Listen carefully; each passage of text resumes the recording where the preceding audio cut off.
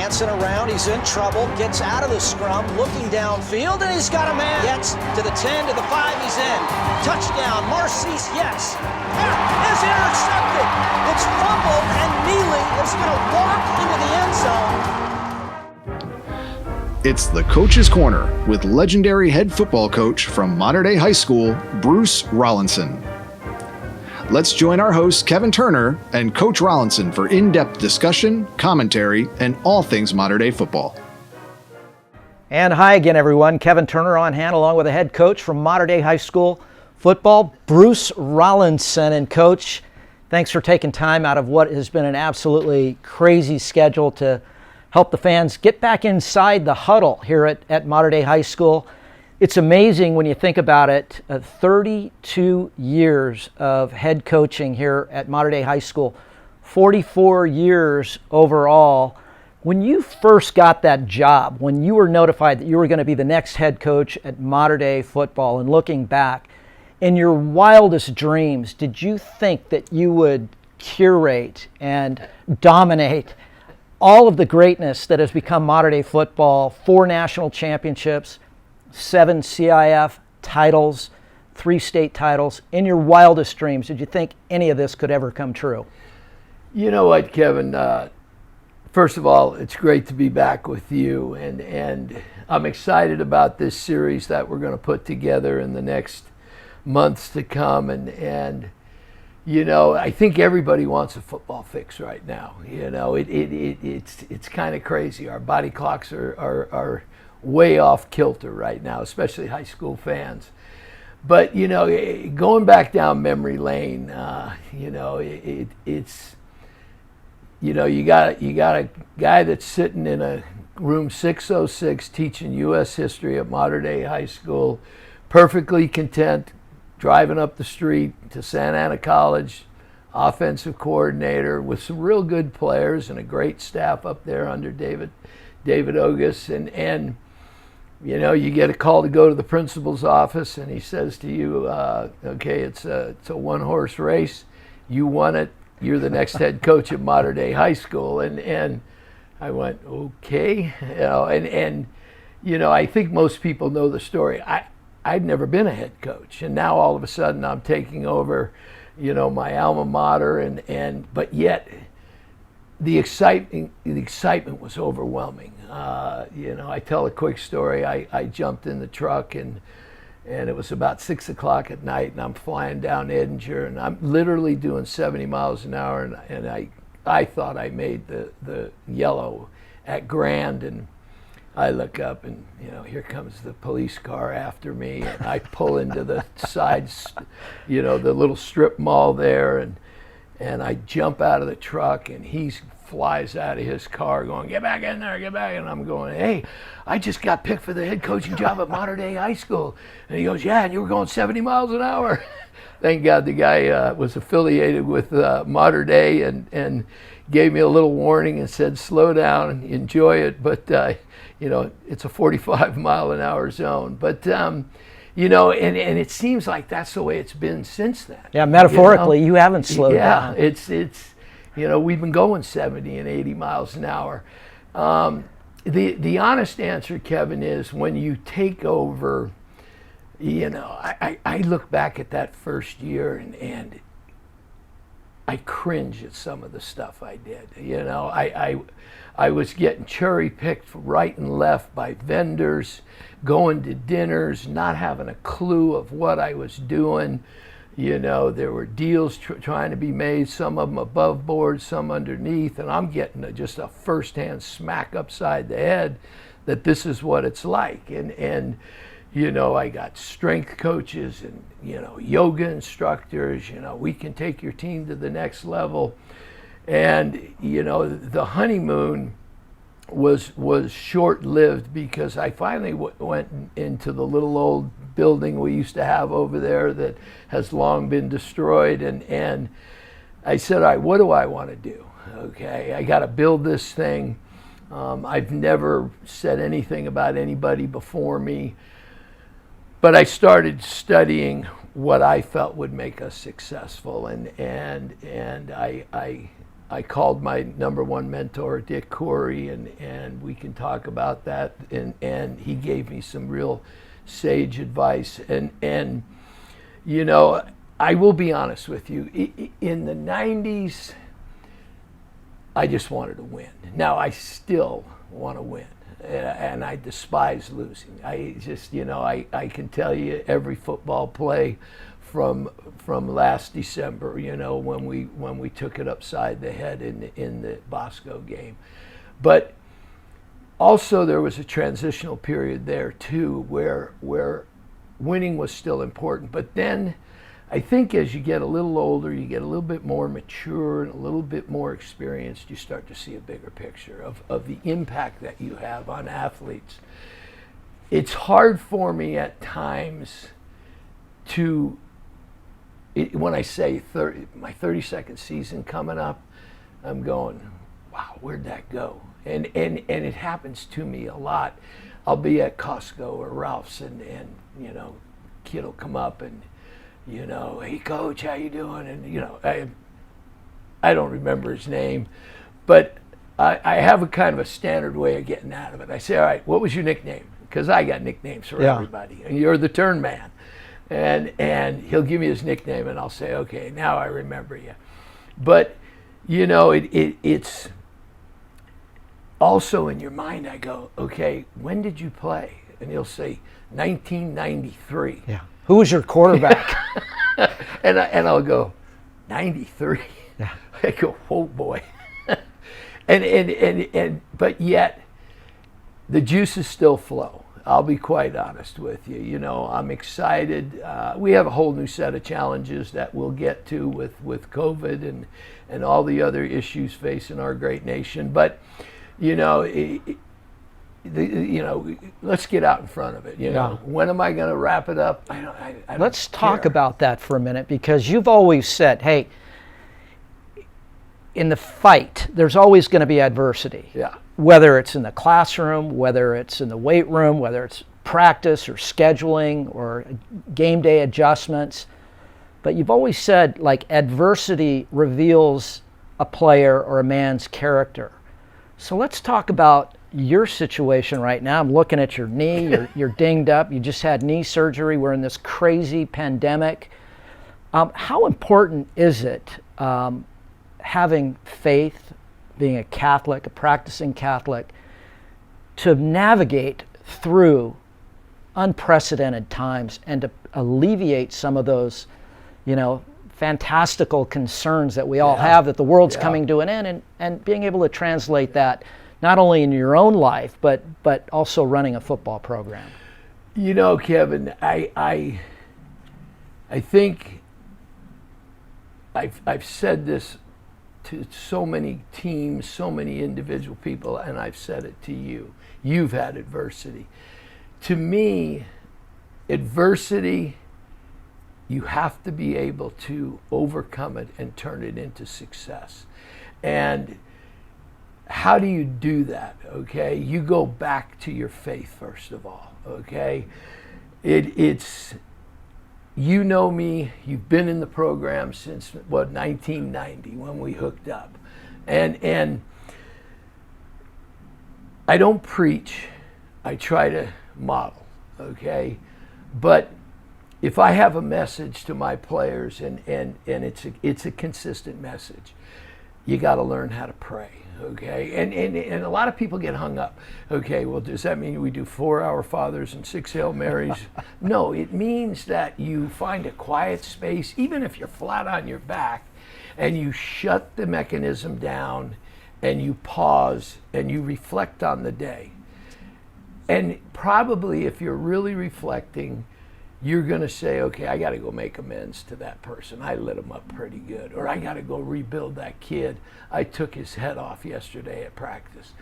But I think there's a peace and a satisfaction that comes. And what I've learned, before you hit the carpet in the morning, okay, when your feet touch it, it can be 10 seconds, it can be 5 seconds, and it can be 3 minutes. Could be a motivational reading, but you got to start your day with prayer. Okay, and again, everybody knows me, I don't get on the pulpit, But if I've ever imparted anything to my players, okay, turn your will and your life over to the care of God. Okay, now however you do that, what is comfortable for you? Higher power? Because we have all kinds of ethnic groups. We have all kinds of different religions. Okay, yeah, we're majority Catholic school. But prayer is prayer. Faith is faith, okay? Where we're fortunate is you have the parents have a good, strong faith base. And now all of a sudden, this negativity, you start to see light at the end of the tunnel. And but you got to walk the walk. You can't talk the talk. You got to walk the walk.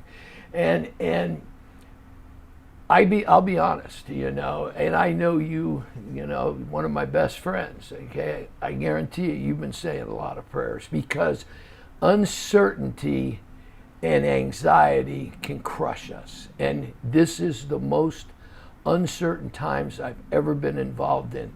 This is the most anxiety-ridden. I give you an example, okay? You and I might sleep 3 or 4 hours a night until the third night, and I'm exhausted, and I might get 6 or 7 if I'm lucky. Now let's flash. You're 17. You've worked 3 years in the Mater Dei Football program, and you're going to start. And they just flip the season on you. And you're not even sure if you're going to go in January. And some of these young men are good football players. And they're recruitable young men. And I'm sitting there saying, what do I tell this kid? You and I, probably in your business, in my business, we've had every experience in 32 years. We'll go back and say, okay, in 2008, this is how we handled this. Okay, in 2001, this is how we handled this. We have a reference base. For this, we have no reference base. We are literally adjusting on the fly every day. And yeah, I mean, I get tired of all the experts in COVID. Okay, I'm tired of listening to them. Tell me what we're going to be able to allow to be due today, this week, maybe the month, and tell me any potential changes, and now let me go to work. Yeah. What can I legally do? What can I do? Yeah. And then again, here's the hardest thing, okay? You're looked at as a dad, okay? Riley, Lily, they look at you for answers. And I got players coming in here 3 and 4, at least 10 a day. Coach, what do you think's going to happen? I don't know what to do. The best thing that could have happened was Mater Dei. Okay, they've done a great job. We got our students back on campus. Yes, we're in an alpha split, and there's only 25% in the morning. We're going to 50% next week. To see the joy, to see just the happiness on their faces coming down Heisman Lane was worth it. Okay, they want to be in class. Yeah, they're goofballs, okay? Their masks are down, they're not close to 6 feet, and so you're constantly, come on, get your mask up, get separated. Of course. But they're kids, I mean, high five, whoops, I'm not supposed to do that, wash your hands. But if you step back and relish in that, that's why we do what we do. We're the leaders, and I'll tell you what I've seen, okay? I don't know about in your business. In crisis, great leaders emerge. I've watched administrators in our school step up. Jury comp, our principal, Francis Clare, step up in a big way, okay? And just boom, boom, boom, boom, boom. Unfortunately, some people disappear. And that's where I go. Well, you've always said, like we said at the top of this question, adversity reveals a man's character. Exactly. And you either sink or swim, and I think you're eminently qualified to handle this and to mentor these young men and parents and stakeholders within the Mater Dei community. And I'm sure some of your competitors, I think you even mentioned to me that you and Coach Negros have had some conversations back and forth about how to manage through the process. Let me ask you a question, because you just brought something up that made me start to think. So because of the schedule, and some of the blue chip 4- and 5-star guys are opting out not only at Mater Dei, but across the country. Yeah. So in my mind, the question is, what's more important, that extra semester to jumpstart your freshman year, or real reps under fire? And I think there's got to be, in my mind, there's got to be a more accretive benefit to actually getting more reps, throwing the ball, picking up a pass protection live versus in shorts and shoulder pads and watching game tape. Your thoughts on some of the opt-outs? Well, what I came to grips with is, let me give you my opinion, okay? But I'm going to support your decision, okay? Not a one-size-fits-all. Yeah, exactly. It's,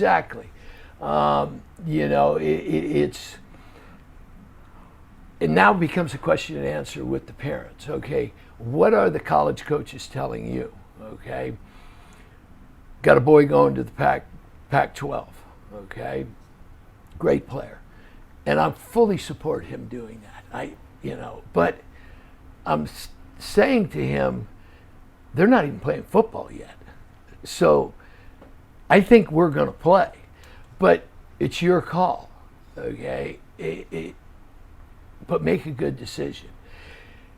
Where I feel really proud is I've got a whole lot of other boys that immediately said, I'm staying with my commitment, but I'm playing for you, Coach. This is my senior year. And that's that Kool-Aid mentality, that Monarch Kool-Aid, They're not opting out. And again, when I say that, I do not mean to demean, because, we've got 3 or 4 of them that potentially will be gone. And if they do, I wish them all the luck in the world. And I have no axe to grind, okay? Next man up. That's the bottom line, okay? But right now, okay, we have COVID, we have uncertainty, we have social injustice, and then I'm not sure if the NCAA or any of the conferences even know what's going on. I cannot get a straight answer from some of the major head coaches in the nation that I've called that can give me a straight answer, okay? What I know is they're going to increase scholarships, okay, because they're going to give those kids that year of eligibility back. So class of 21 is safe, but they're going to wind it back the next year. My class of 22, and I got some studs in the class of 22, okay, now SC, Alabama, whoever, okay, Clemson, it doesn't matter, Washington, they normally operate with about 25 scholarships to give. They're going to get wound back. They could be at 8, 10, 12. There's going to be some kids left out of the 22 class, okay, so it's going to have blowback a year from now. But, the question to me is always easy to answer when you have the facts at hand, and the facts aren't at hand. I called 3 different coaches about kids coming in early, 3 different prominent coaches, and I said, okay, if the boy comes and you're in season at that time, okay, will he immediately jump on the field and does he become a service player? And I got 3 different answers. And I'm going, whoa. Now, then I'm supposed to transfer that information to the kid so he can make a good decision. So again, there's another hour of sleep I lose at night because that kid and his parents are coming to me to try to seek what's the right thing to do here. So it's chaos. So the kids that are on, walk us through, help the fans and parents and stakeholders understand kind of the day of the life of a Mater Dei football player here in October of 2020. What happens from the moment, from a safety protocol, best practice? What is his day like? Let's go back. Okay, we opened camp in the summer, and I think we started like June 24th. Okay, and we were excited. Okay, we hadn't seen them since March, and it was great. The energy was huge. Okay, yes. But now here comes a Mater Dei football player. All right, he's used to coming down Heisman, pop into the locker room, yeah, yabba yabba, you know, good to see you guys. Hey, summer phase, we're going to work. Now we had to line them up in the parking structure, and thank God for Pat Murphy. He built that parking structure, and we had to have, you know, because remember, I got large numbers. We had to have X's on the ground, and they had to be standing on an X, and now you had to ask them the questions, take their temperature. Because it's not just varsity, it's No, JV, it's all fresh, levels. soft, Yeah, it's everything. yeah. Well, varsity JV comes in at Yeah. one time, and that's over 120, and then here come the freshmen, and they're 80, 85 of them. And, you know, the first day was chaos. You know, I'm out in the parking structure going, where are my assistants? You know, because, and I'm telling you, I lit up a couple of assistant coaches, but their clock was, I just get on the field, pull my practice plan out. Yeah. We're not in those times anymore. So we had this protocol, and I was really proud of the school and how much preparation, and proud of our athletic administrators who really helped us get this thing streamlined. Here's the problem, okay? We took off 4 days for 4th of July weekend. You remember 4th of July was on a Saturday, so we took Friday, Monday off, came back Tuesday, got back to work. Everything was fine. Life was good. Wednesday, I'm halfway through practice, and here comes half the administration, and I go, well, this isn't good. I knew the bomb was going to get dropped. They go, Bruce, we got to shut her down. And the devastation on my kids' faces, the sadness on their faces, and I had no answers. But when are we going to start back up? I don't know. You know, if I had a buck for every I don't know, I might think about retirement. So now we don't see him again till August 17th. Was there communication? Was there Yes. Zoom? Was Yes. there protocol for working out? And, you know, I don't have a weight room. I don't have access to question. weights. Great What question. what were those kids As doing? soon as we went out in March, okay, I got a crash course from my wife Lori on how to use our student ARI system, okay, and she set me up. So now I'm sending daily motivational messages. I'm sending information, okay, every Monday or Sunday night, whichever time I got to it, okay, there was your weekly training. And we broke it down into access to a weight room, okay, whether it was your garage, no access to a weight room, so it was more, you know, push-ups and using body weight and things like that. And then there was the conditioning element, okay, which they could all condition. And as I would tell them at the end of each message, do the best you can to maintain your strength base, okay? Don't lose any strength, okay? You might not be able to enhance it to where we want to be, but there's no excuse not to condition. Yeah, the best way to get ready is to stay ready, right? Exactly. So, you know, but and then Dave Money hooked up Zoom meetings with the offense. Eric Johnson hooked up Zoom meetings with the defense. Positional coaches hooked up Zoom meetings with their positions.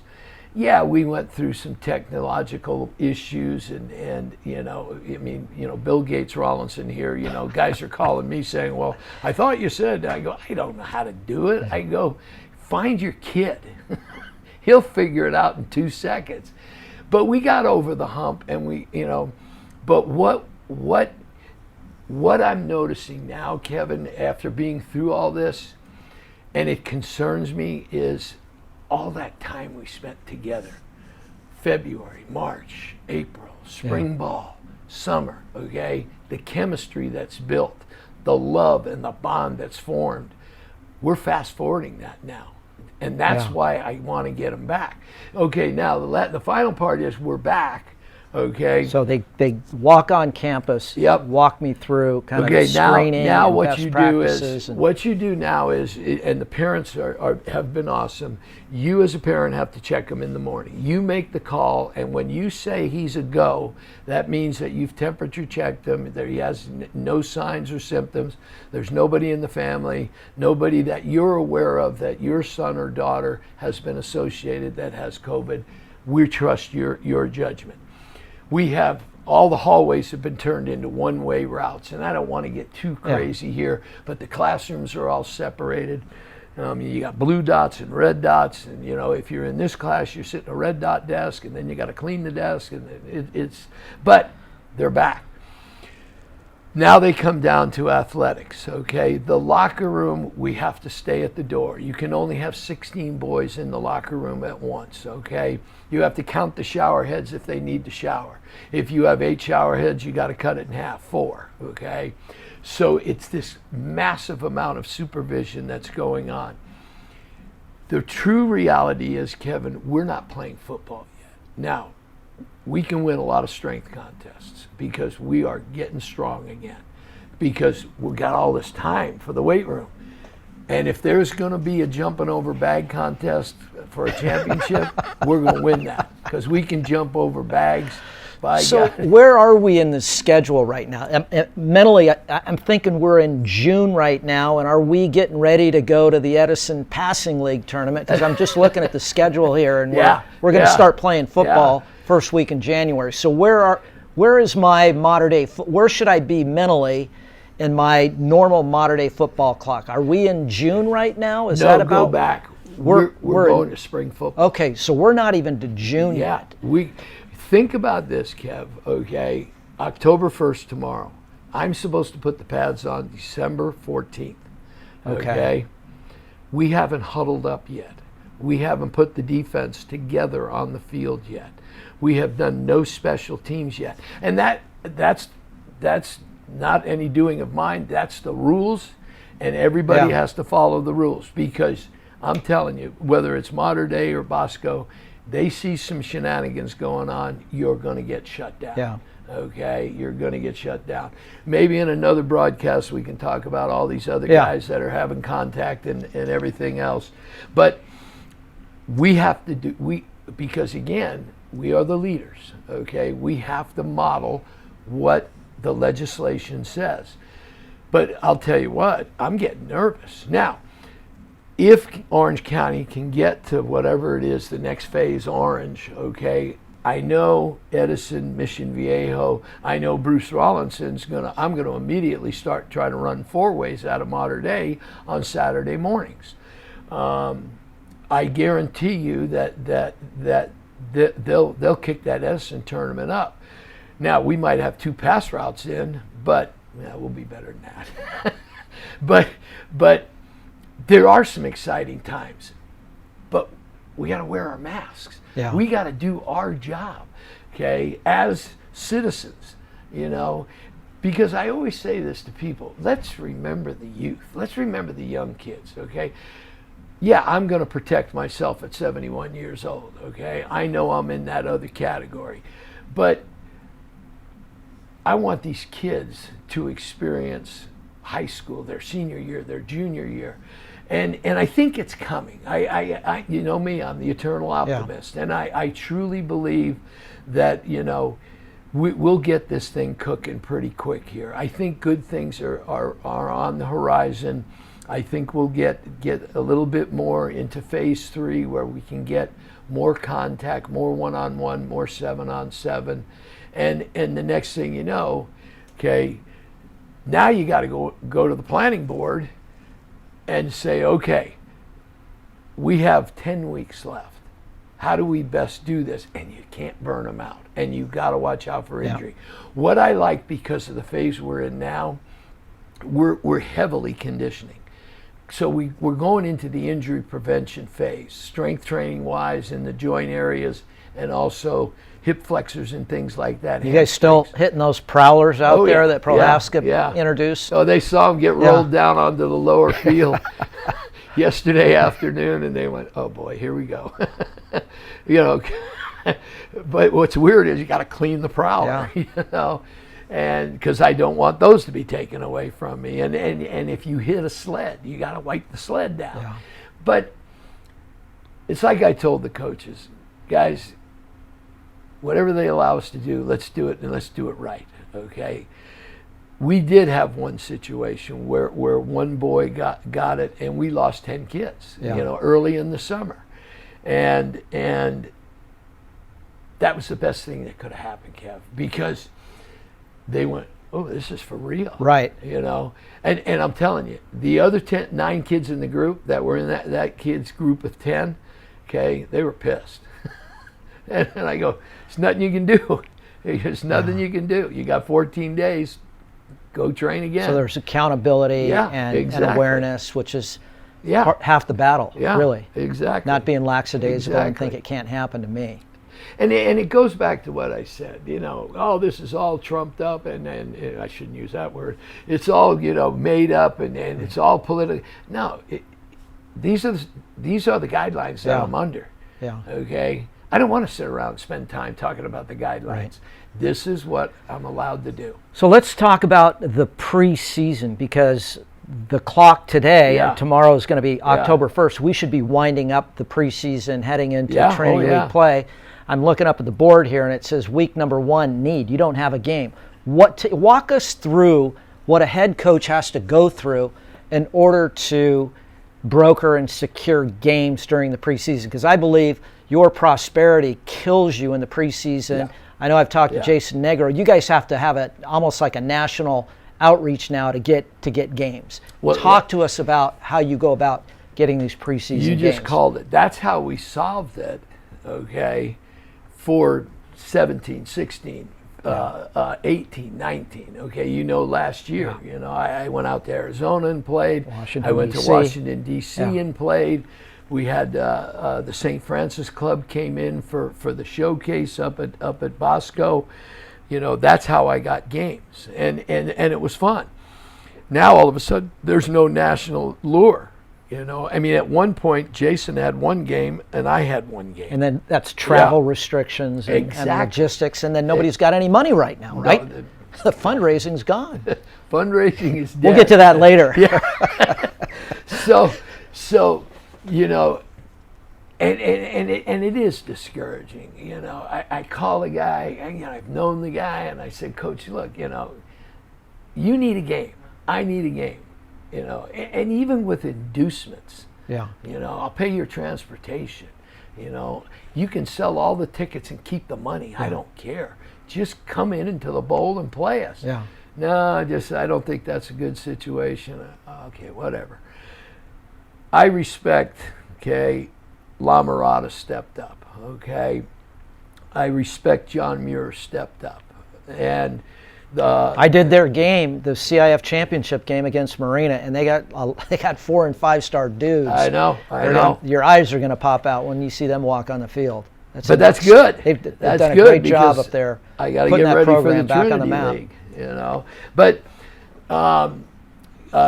Consumus Oaks, coming out of San Francisco. Heard a lot of big things, good things about them. They're legit. They're legit. So I've got 4 of the 5. But see, the old coach here, I looked at it in December, or excuse me, I looked at it when the CIF made the decision, and I said, okay, move 0 to 1, and everybody locks down. Probably have to find somebody in place of St. Louis, who we were going to play in the showcase. I felt I might have to find 2 games. And Matt Logan, my good buddy, I called him and I said, all right, we're up for game 1. And he goes, Bruce, there's no 0. And I go, well, no, 0's 1. And he goes, no, it's not. 1's 1. And I'm thinking, click the lights on, man. And all of a sudden, I was staring at the board back here, and I went, oh, I see what he means. Well, that just scrambled me. So now I'm back to getting 1 game. So I've got 4 of the 5. I've still got some irons in the fire. You know, I don't want to mention, the 2 schools. Hey, coaches, if you're watching, we know a lot of coaches are going to be watching this. Mater Dei needs a game. I need a game. I'll pay your transportation. If I have to take a loan out on my house. Free popcorn. But it's literally, that was just another nightmare. But I've got 9, and I still, again, the eternal optimist. I think somewhere, I know there's one school out there, and I'll go to them. Okay, they're in Northern California, and I'll go to them. Yeah. I mean, the school has said. They got a Spartan on the side of their helmet? No. They need one, but not a week I need. Okay. So, but it is very close to the Spartans. So who knows what's going to happen? All right. But you know what? We'll have if we only have 4, we'll adjust the practice schedules. But here's you mentioned something earlier. Now I'm going to go back. You talk about your body clock being out of whack. The last 4 Friday nights, I'd be sitting at the house. We get done training, and get home at whatever 5, 6 o'clock, and my mind would be saying, I should be getting off the bus right now. I should be feeling the flutter starting right now. You know, I should be tying up right now. This is the first time in 26 years that I haven't, put a headset on and been in a press box somewhere in Southern California calling a game. And my assistants would go, how are we doing on a Friday night? Yeah. There's nothing to do. Because there's not even a high school game I was thinking about it today when I was driving over here. It was 102 degrees. And every fall we have this high pressure, Santa Ana winds, the fires, the heat. And it's always like how you're modeling how your kids are, how you have to mentally get them prepared. Yeah. Because you're going. You're not pulling them back. But it's just, I kind of had that feeling in the air it's like, instead of that fall chill, it was this is that fall heat wave we get every year, and the kids all dread, like, we got the heat index up. So, but anyway, one of the unintended benefits of this crazy pandemic, and I always felt bad for you and your staff because you'd never get to watch your kids play on Saturdays. Yeah.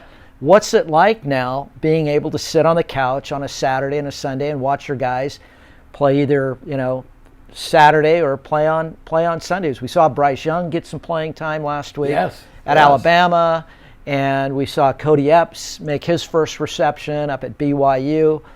How much fun is that now to be able to watch and just relax and watch college football and the NFL? It's crazy because, again, a Saturday, non-COVID, get up at 6, be in the office at 7, get everything opened up. We're on the field at 7:45, flush it. I get up at 6. I never, literally, this is going to sound crazy. I don't know if anybody else has had this experience. I've never watched a college game day from start to finish.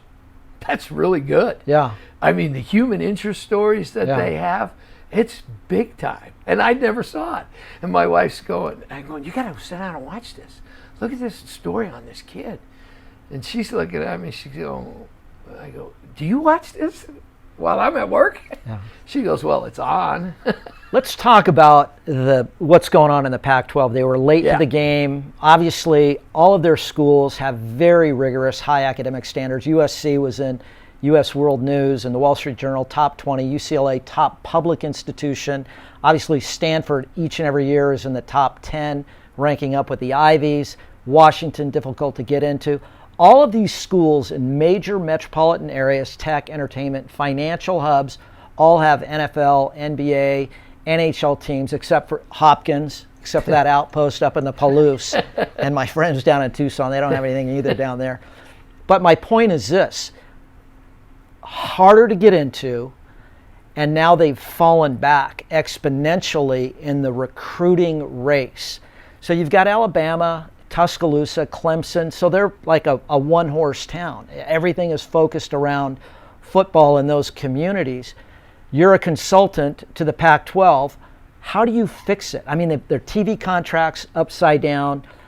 Academic standards are difficult. You're competing with a lot of other things. How does the Pac-12 get back to where it once was? I'm asked that a lot. And the sidebar is I couldn't figure out, the Big Ten and the Pac-12 followed each other out. Why didn't they follow each other back in? Yeah. The only good answer I got to that, Kevin, is you have 6 schools in the 2 worst states, Oregon and California, But for the life of me, I still can't. Why November 1st? It doesn't make sense to me. You know, here's the trend that I saw happening, and I talked to the Pac-12 coaches, and there's some talented and good men, good recruiters, you know, coaches that you'd say, I want my son to play for that guy. Dennis Shaw. I mean, when Peterson was up there, and I'm a big David Shaw was a ball boy at Arizona State. There you His go. dad, Willie Shaw, was our defensive back coach, so I've known him since he was Is he a knee-high. quality person? Great Well, man. Yeah. And a Stanford man, too. He's a wide receiver up there. Well, and you know, Perfect I mean, everybody fit. knows, you know, I'm real tight with the Trojans, with Clay, and I'll tell you, the guy that I've really become fond of is Chip Kelly. You know, I knew him at Oregon, but I really didn't know him, you know, and then he had his hiatus in the NFL. But I communicate with him a lot, and these are good men, but what happened 5 years ago, 6 years ago, 7 years ago, it all blends together. Here come the big boys, okay? And their recruiting budgets are so astronomical that it's nothing for venerables from Clemson to all of a sudden show up at Mater Dei and Bosco, because they're following talent, okay? And obviously, we cycled back up when we reinvented ourselves, and the kids know, okay? They know. One of the gripes I had was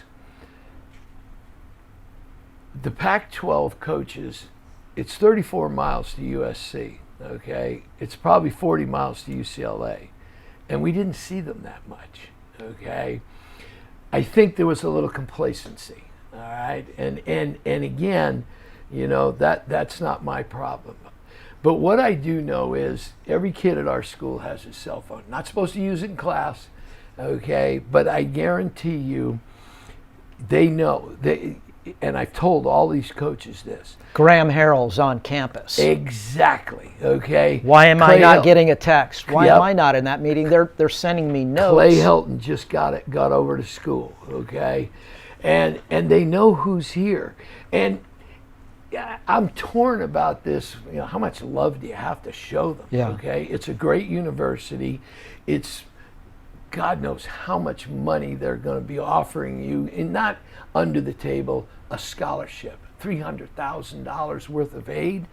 But those guys started coming in, and the lure, and then I think social media is escalating at the same time. The thing I noticed once I got engaged with it, thank God for Catherine Peterson, my daughter, okay, I started watching Twitter and I started watching Instagram. And even today, if you and I open it up right now, okay, there's 3 Clemson clips, okay, to everybody else's. Urban Meyer, he's a great man, okay, and I love Urban Meyer, okay. He saw it within 1 year. He went and hired the Clemson guys. Took them right out from under Clemson. Yeah. Clemson, they got out in the forefront of social media, instantaneous contact to the kids. Okay, so now the recruiting becomes that much more difficult. There's still no substitute for the coaches being on campus. And it has escalated now, okay? I will tell you confidently, the Pac-12 is back in the race. I mean, I had a great experience because you and I spent a day at Arizona State at your alma mater, and it was one of the most fun I've had. We jumped on the plane and sitting in Herm Edwards' office, and I don't, you remember. Yeah. Remember his organization. Pretty tight. It was unbelievable. And I said, well, what do you do about this? And he turned around and he went, here's 4 sheets on motivation. There's kickoff. I mean, and he knew it. And I'll never forget, you know, he looked out the window and I go, what is that building out there? I hadn't been on Arizona State's campus in God knows how long. And he goes, well, that's where I live, the condo. Yeah. And he goes, yeah, I get up at 3 a.m, take a quick shower. I'm in the office at 3:45. I read the paper for an hour, and then I work out for an hour and a half. But the experience I had was, and everything that is done, they follow the rules. So let's pull that back Yeah. to the Trinity League. And here's my thought, is that the Trinity League sort of went through this nadir during, the mid-2000s, about 2009 and 10, and then all of a sudden things started to change. Bosco brought back the prodigal son in Jason Negro. Harry Welch came on board at Santa Margarita. Hardigan got it going down at J. Sarah. Troy Thomas started knocking off some big boys. And I thought when those coaches all started to line up and put a bullseye in the middle of your forehead, that's when the switch went off. You rebooted, and the entire league rose to the prominence that it is today, especially Mater Dei and Bosco, to an absolute next level. And I think it was great coaches that created what the Trinity League is today. And I think that's what's happening in the SEC. I think that's what's happening in the ACC. And I haven't seen that pivot yet in the Pac-12. I think this is a big year for Clay Helton, a big year for Kelly and Jimmy Lake, and I think it's for Herm Edwards has really turned the attitude and the excitement around Arizona State around. And I'm worried about Stanford. I'm a little worried about Cal. Yeah. I'm really worried about Washington State replacing the Pirate Coach Leach, doing a great job down at Mississippi State. I mean, KJ Costello, who's a neighbor of mine in Coto de Caza, props out to KJ, threw for a record-setting 633 yards, and he'd never thrown for more than 385 yards at Stanford. So that tells you something about what their mentality is in the SEC and the ACC, is they want to put on a show on Saturdays. Yeah. And if you go through those staffs, you have older, experienced men, who hire dynamic young coaches, coaches that are social media savvy, kid savvy, and go-getters. That there were a lot of older guys on staffs, good coaches, but that energy wasn't there. And these kids are built around energy. You look at, I have my experienced coaches, but I also have some young guys that bring the juice. I bring it in one way, Eric Johnson brings it another way. But Kevin, remember, I thought the same thing as you, The air raid offense won't work in the SEC. Not so fast at that. I think he's still down there completing passes. I did see your boy Elias Rixo. He picked off one of KJ's and Ogeron's one of my favorite That's a Trinity guys. On Trinity League crime right there. Yeah. but and I think if you look at the Pac-12, look at Herm's staff. Look at those guys. All right, there's energy in the building again. There's energy in Trojan Land. There's energy at UCLA, and that's they've reinvented themselves. I think the Pac-12 is going to come back. I truly believe that. Go to the Trinity League question that you're talking about. You're exactly right. When I started rolling in the '90s, Dave White of Edison, dear friend of mine. Dave White started picking my brain, Dave White was the first guy to say, he was picking your pocket on Friday nights, too. Well, exactly. But he goes, look, they're not going away. Yeah. So what are they doing over there? Yeah.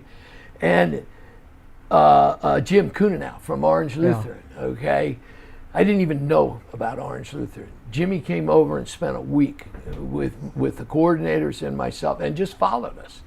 And we have no secrets. Yeah. When I saw this thing turning, and I will sit here and tell the audience, I got complacent.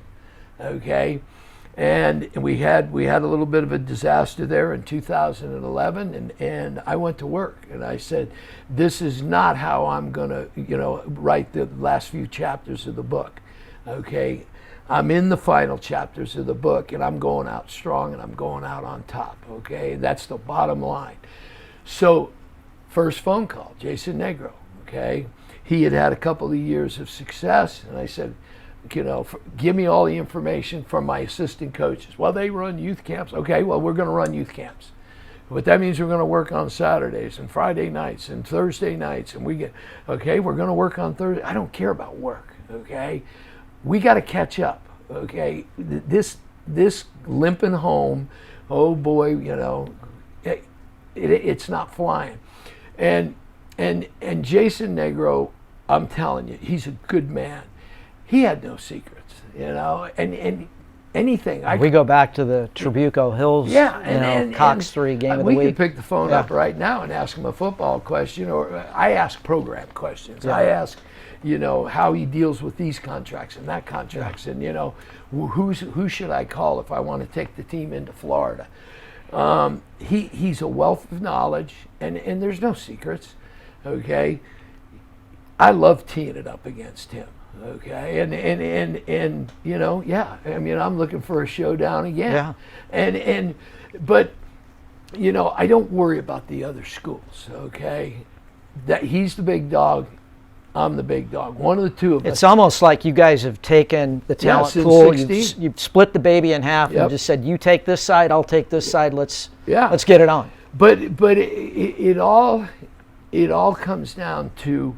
In the 90s, Kev, when you and I really, baptism under fire, starting with the blowtorch radio broadcast, I would go out at the start of the summer, and I would go 1, 2, 3, 4, 5, 6, 7, 10 big linemen. I didn't know where they came from, but they were out there. I'd go, okay, Junior Palacios, Matt Grudy, good. Okay, there's 4 good, 4 running backs.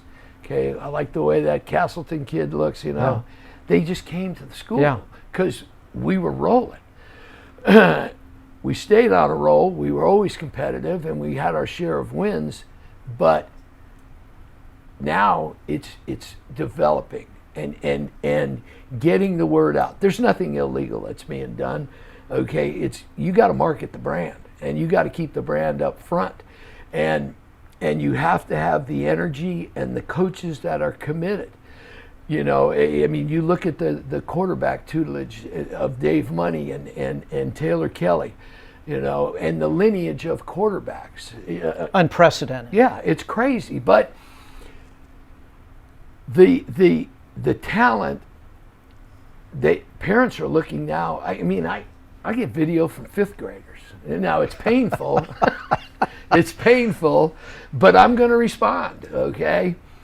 And because you don't know where the nuggets are, and we've broadened the spectrum of where the athletes are coming from, and it's exciting. It's exciting. They're good kids, okay?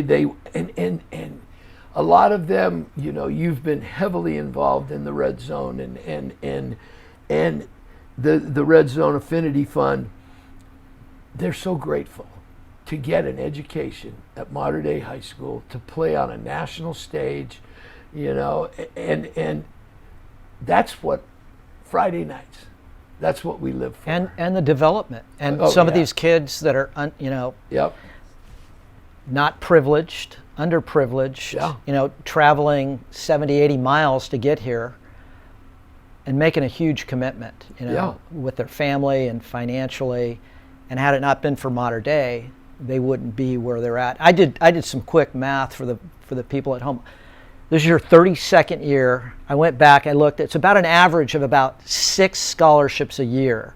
Division I scholarship. Average value of that scholarship over your 32 years, $250,000. You've accounted for just under $50 million in tuition benefits to the young men of Mater Dei, and that's an unbelievable. You can look at all these trophies, but I think that number right there, to me, is the most impressive thing, because you're setting these young men up not just to wear a ring for the rest of their life, which they will always covet, but really setting them up for success beyond the football field. And that's got to make you feel proud. Oh, it's a staggering statistic, and I've never put that, pen to paper to figure that out. And then you look at the kids that have gone on to the military academies, the John Flynn's, the Mason Kolencheks, and the Jed Smiths, and Dean Neely at the Naval Academy right now, and then the scholar kids. And then the walk-ons, too. You take a kid like an Andy Strader or a Grant Moore. My guy Strader, baby. Here's a kid that, fought his way into the lineup second half of the season, his senior year, never started. Yeah. Ends up walking on at Boston College. Not only does he not he makes the team, but his junior year starts getting some play time. Fast forward to senior year, he's a starter, traveling on all the special teams, getting carries, returning kicks. That's an amazing story. Also won the most prestigious award in BC football, the yearly award. I think it's the O'Brien Award, and it's a character, academics, and achievement award.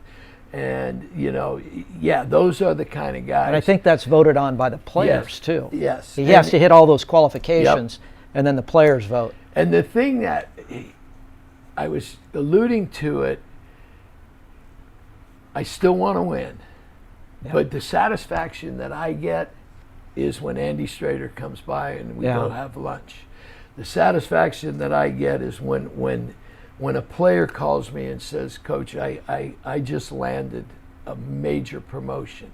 And the only reason I beat out my three competitors was because I put into practice everything that you taught me about pride, poise, and courage. The work ethic, overcoming adversity, the values that we teach, the values that I believe in. That's when I go, yes. Yeah, it's that knowledge transfer and the skill sets developed. Yep. And how they transfer into, real life. How cool is it when a kid, just says, Coach, I thought of you. I had a son last night. In my old brain, I'm saying, I think he graduated last year. And, it's 12 years ago. So that leads us to change. I mean, a lot has changed here in your tenure at Mater Dei, but most recently, Pat Murphy, who's been the archetype of the modern Mater Dei campus and change and athletic prowess and fundraising, sustainability, diversity, inclusion, did great things for this school. Yep. And then your athletic director, Tia Meza, is with Murphy at the Phoenix Coyotes in the NHL. Morello, who this building is named after, bought the club a couple of years ago, so he's poaching all your guys and gals. But I think one of the most important losses and meaningful losses is one of your best friends who's been your right-hand man and first lieutenant and chief of staff, and that's Leo Bozé. You look around and there's no Leo Bozé. He's retired. He's back in Maryland with his family for the sunset years. But talk for a minute about what Leo Bozé has meant to Mater Dei football and to Bruce Rollinson. Let me go. Okay, Murphy, ultimate mentor. Ultimate leader, and total loyalty and support to Mater Dei football. Okay, that was a void. That one hit me right between the eyes. Tia Meza, just when I thought we were really rolling, and she was very instrumental in the travel, and she was great. When you start to look, there's a lot of transition that's going to go on and continue to go on here, and that's why we have good vision by the administration. But my man Leo, I can't tell you how much he did. What you learn now, and it's been 30 days, literally 30 days. A question will come up and I'll go, I don't know how to answer. How did I? Oh, that was Leo. Leo, what do I do about this? And thank God he wants to be involved. Then there's the friendship factor, and his story, an adopted young man, and the adversity that he faced and the successes, and and I can tell you the love that we shared. You were out there the last night of when we sent him off the right way through the tunnel. Yeah, I wake up at night going, what am I going to do? I don't know what it's going to be like on the sidelines, because I'm going to turn around and the whole team's going to be right on the edge of the field, because Leo, was get back coach along with 800 other things that he did. And I can see it coming as sure as I'm standing here. Nobody's going to know how to keep the team back, But, it's also where you look and you say, okay, can't replace him, but got to solve the problems. Will I have as good a solutions as him? No, but I know he's a phone call away. And I was joking with you earlier. We have an inside pool at how fast he's going to be back out here. I guarantee you, there's not Let's a see. helmet. First game one, I'll go with the over and under on 115. Exactly. We're talking 4 months. Exactly. He'll be knocking at the door here. And Lori and I were so close to Barb and Leo, and so many Friday night dinners in the off season, and obviously Joey was one of my favorite players, but I understood why he was doing it, and it was very emotional. And it's kind of like when I look at 2020, I go, let's get 2020 over with all the other distractions. Then my true mentor, my head coach Dick Corey, passed away, and this stupid COVID, we couldn't even give him as anybody who if you've had deceased relatives, 10 people at the funeral, and I was honored that they invited me to the gravesite service, but we're going to figure out how to recognize him, okay? And we will do it upright, us old alumni, and then he goes, the most important thing he told me, he said, Bruce, he goes, bring the traditions back, coach exactly, be the next Dick Corey, and I was honored when he said that. And I go, Coach, I could never measure up to you, And I will tell you, Dick Corey's the greatest coach in modern day history, bar none. What he did. Well, I never got to witness it, but I'll take your word for it. People ask me, and we're going to wrap this thing up.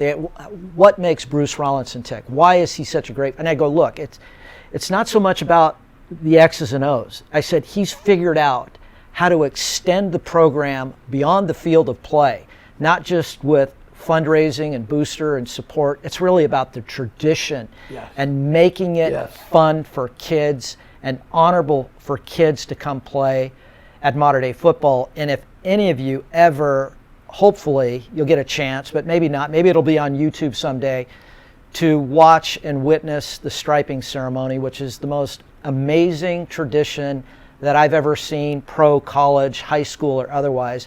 It is a special night for those seniors to put the 3 stripes on the helmet. And that's Dick Corey. I mean, that gives me goosebumps, because you invited me in one time up in Clovis, Pride, Poise, 15 years ago. And all of the players, they know, okay? They take their stripes after that final game. And the saying around here is the stripes move off your helmet into your heart. And that's all I'm about, And people say, oh, that's, you know what, Kevin? Kids aren't any different than they were when we were there. They want structure. They want discipline, okay? They want to get after people, and they want to win, okay? And it's pretty easy to drive that big old semi truck down the road, and it's all the assistant coaches that I have, and you're friends with a lot of them, but it is very true that I said this when I got hired, because I know when I played, I watched teams when we came out and they'd start looking down going, there they are. And that's what I want. When we line up for the Monarch March, okay, if you notice, a lot of teams won't come out. And I'm not going till they have to watch us come in. Right. And I want that fear, I want that respect. I tell the kids all the time, just hit them and hit them and hit them again. Because that's what this brand is about. There's no cheating, there's no, you know how brutal I am for unsportsmanlike stuff, but there's no substitute for flat out pinning your ears back and getting after it. And a lot of fun too. Oh yeah. Hear that plastic cracking on Friday nights. There's nothing like it. We're going to wrap this thing up, but Coach, before we do so, let's talk real quickly about the fundraiser, the golf tournament, the Affinity Red Zone, and how folks at home we need your support. We really need your support. We've got a huge variance this year, obviously, in fundraising. This is a private school. We're self-funded. We need your help. How do people participate if they want to donate some money to the program before the golf tournament? Obviously, that's our big fundraiser, but how can folks get involved prior to? You know what, Kevin, we talked earlier, and a lot of my anxiety is financial right now. And it's always there, but we've been able to solve the problems. But this is a whole different situation. I mean, just one example, program ads. Okay, that's a major revenue raiser for me. You've seen the beautiful book that Michael Berrigan and PTS puts together. How many? I've probably sold 4 ads because do I want to invest in an ad when we don't even know if there's going to be fans in the stands? Multiply that by 10. If you go to MaterDeiFootball.org, there all the information is there. I think it's MaterDeiFootball.net. .net. I apologize. I got you covered. That's a good start to raise money. And this is always the hard part. But I want the way I summarize it is I want the 2020 team to have the same benefits, everything the same that every team in the past has had. The pregame meals, the travel, everything that is built into it, and right now that's dicey. They've got me doing projected budgets, and I'm going, how do I project? I don't even know if we're going to have a season.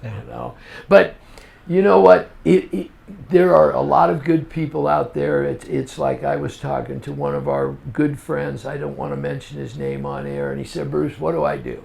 And I said, it's all the same pool of money. Support the golf tournament in April. I think it's April 12th. Okay, we're launching this. We're going to look for sponsors for this podcast. Okay, we'll have a dinner coming up in December or in November, kind of an intimate little launch of the golf marathon on the old date of the golf tournament, December 12th or whatever it is, December 8th. And that should bring in some funds. You're turning over about $400,000 a year just to run the program. And I know you look and say, oh, he's got those brand new Nike uniforms. And no, there's so much more that's involved. I mean, I'll end by saying this. The shoulder pads that they wear are close to $500 a pair. A helmet now is close to $400. And you got to get them recertified. Yeah, and they're only good for 2 or 3 years.